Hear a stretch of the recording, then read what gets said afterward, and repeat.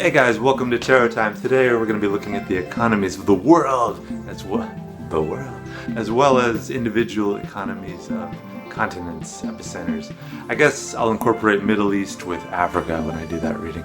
And we'll see how they're each going to fare in 2021, but then also we're going to see how the world as a whole will, that's so dramatic, will fare in 2021. So let's do it.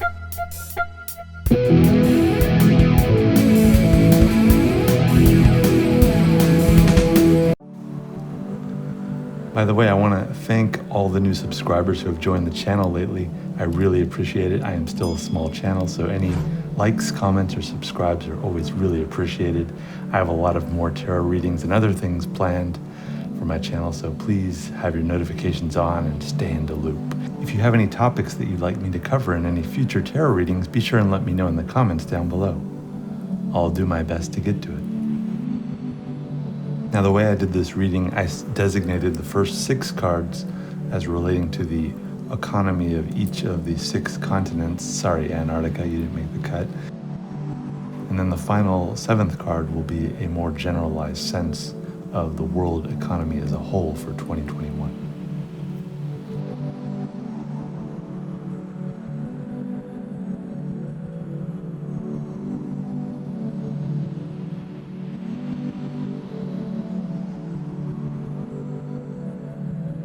So this was a fascinating reading. Look at all these wands. This is some new form of creative energy in the financial system.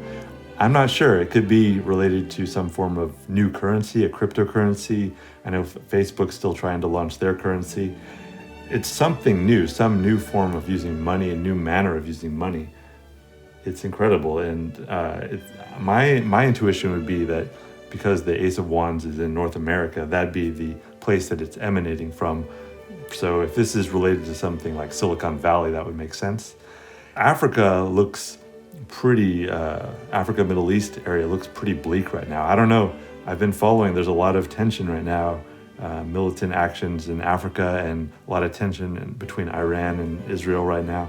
It could be related to that, but I don't see their economy thriving the way that North, South America, Europe, and Asia are.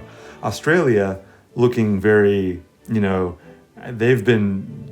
have one of the best examples of how they've protected themselves against coronavirus. They've largely just cut themselves off from the rest of the world and thrived from within.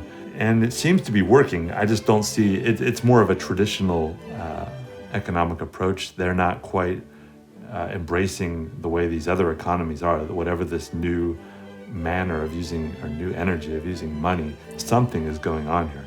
Interesting also to note the number variations, like the Ace of Wands is 1, and then Europe is 3, and then Asia is the 9 of Wands. I'm guessing from this that something happens, that some model or some technique for using money originates in the US and is quickly adopted by these other economies in slightly different ways. South America is not as embracing of it and not quite there with it. I usually refer to the 7 of Wands as up in the air, in which things usually happen in a good way, but it's still to be determined. Whereas these other ones, Europe seems like it's kind of adopted it. Both Europe and Asia seem like they've adopted it, like a lot of these technologies, in a more reluctant manner. They want to test it out a little before they fully embrace it. There's just so much creative energy in Silicon Valley and Hollywood and New York that is basically just try it, do it,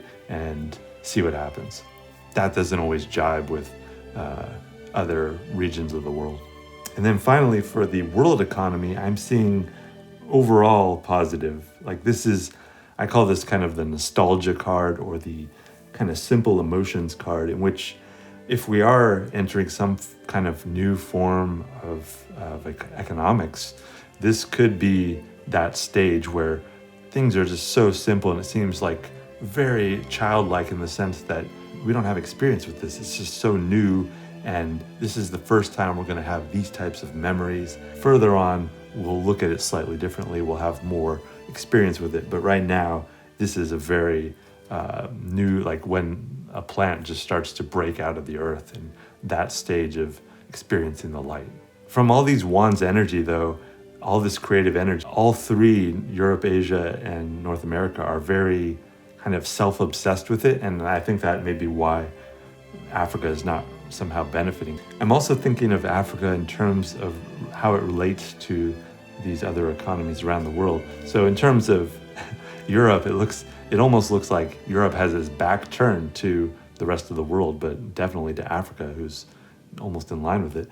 And Asia seems very reluctant. This is a very, you've had your ideas, you're incorporating them, and they're working, like things are growing and developing, but it's still very cautious. Look how this guy is holding his staff, and it doesn't seem like he's embracing the world.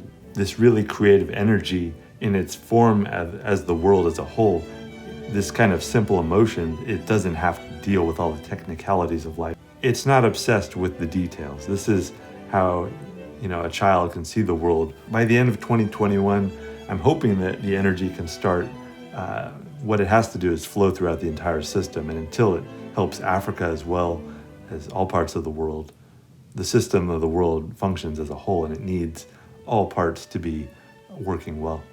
So overall, it looks like 2021 is not going to be as economically devastating as might be expected from all the changes that we've had since coronavirus. By the way, if you haven't checked out my coronavirus reading for 2021, go check it out.